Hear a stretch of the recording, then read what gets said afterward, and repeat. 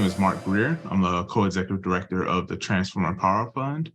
The Transformative Power Fund is a social justice fund based in Detroit. We use participatory grant making to fund community organizing, power building, and alternative solutions to systems issues. At this point, we've granted $1.8 million to about 50 organizations and individuals.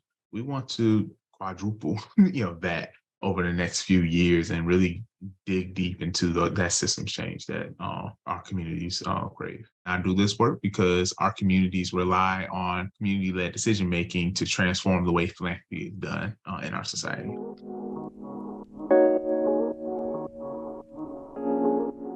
So the Transformative Power Fund defines power building and community organizing as building grassroots power by organizing people to act collectively, to exercise power in numbers, and to advance holistic solutions that address the root causes of the systems issues. And so, when we think about power in organizing, power means the ability to act. And so you have organized people on one side and organized money, right? A lot of times our communities have the organized people. We lack the resources, the financial resources, and that's a key aspect of power. And so when we think about Transformative Power Fund, is bringing the resources to the organized people and really building up the capacity for our communities to be self-determining.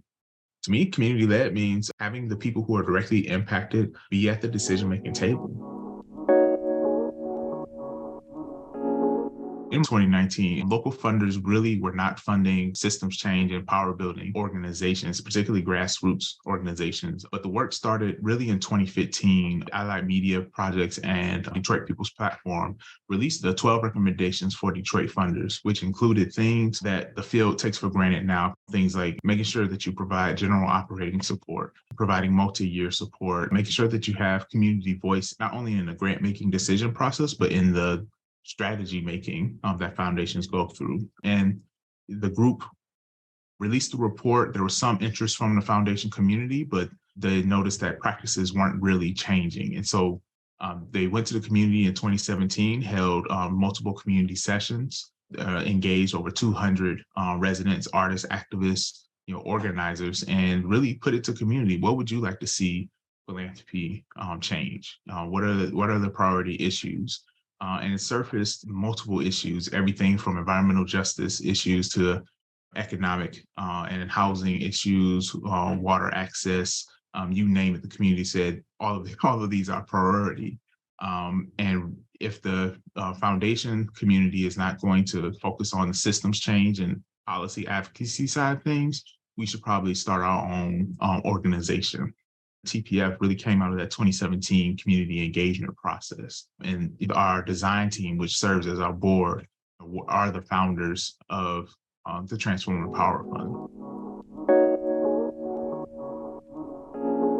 Our grant-making decisions are led by our community table, which is our participatory body. Right now, there are 7 residents, organizers, activists, just people directly impacted by the issues that we're solving, and they make the funding decisions, and they actually put together the request for proposals and the criteria. The community table has 1-year terms. They can renew up to 3 years. And so we're now on our second cohort of members who are relatively new to grant making, new to being on this side of the table. And so the first few meetings were really, what is this thing we call philanthropy? How are grant making decisions made traditionally? How did the previous group make decisions? Okay, now how do you all want to make decisions? Get to know each other. Let's talk about what does it mean to make decisions on a consensus base. And we have some partners who would not take institutional funding because of the harmful practices of some of the institutions in the past. Some of the things that have been funded have caused harm and have taken away resources from grassroots communities. And also just the very nature of philanthropy makes it a competition for resources to the point where our community organizations collectively decide to opt out. And so Transformative Power Fund feel the need for some of those organizations who take the principled approach of not taking some institutional funding until those institutions get their priorities, get their practices, in order and more aligned with equitable and just solutions. We also take them through the process from a capacity building standpoint. Our application is a little different. Let's prepare you to apply to other funders. And here are some things that you can strengthen within your application. You can use us as a reference here as well. And just being able to sort of be a translator between the grassroots organizations and a lot of the institutional funders.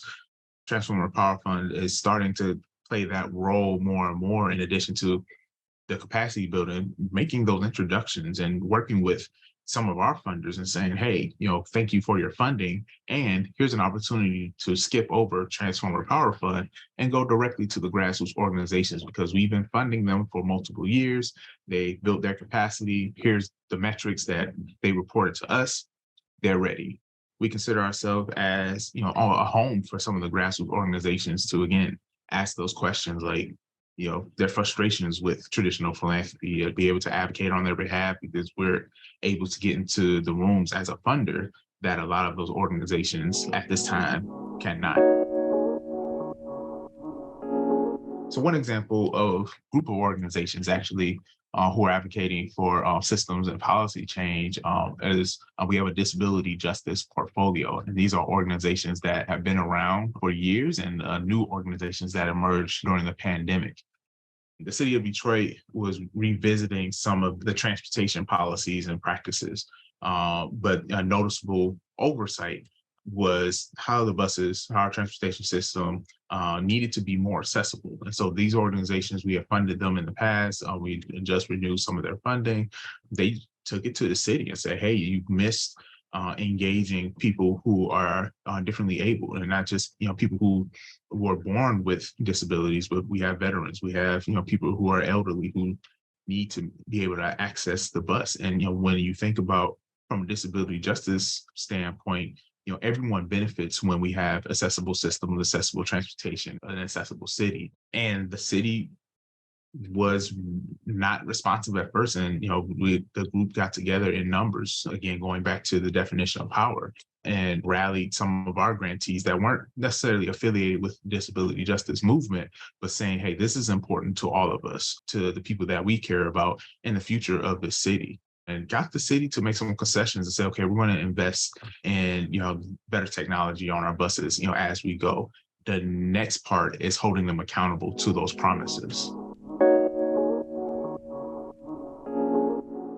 I want donors to understand that, Transformative Power Fund is a great way to strengthen and practice your philanthropy. We believe grant making and giving is a practice, it's a process. We don't all get it right the first time, but, having the place, like Transformative Power Fund to learn from community, what is working? What are the things that really matter to community and actually is shifting issues so that we don't have to keep funding the same thing over time. Like we can address the problem by listening to community and by donating to the Transformative Power Fund, being a part of our movement, a part of our community, you learn to make your grant making even more impactful.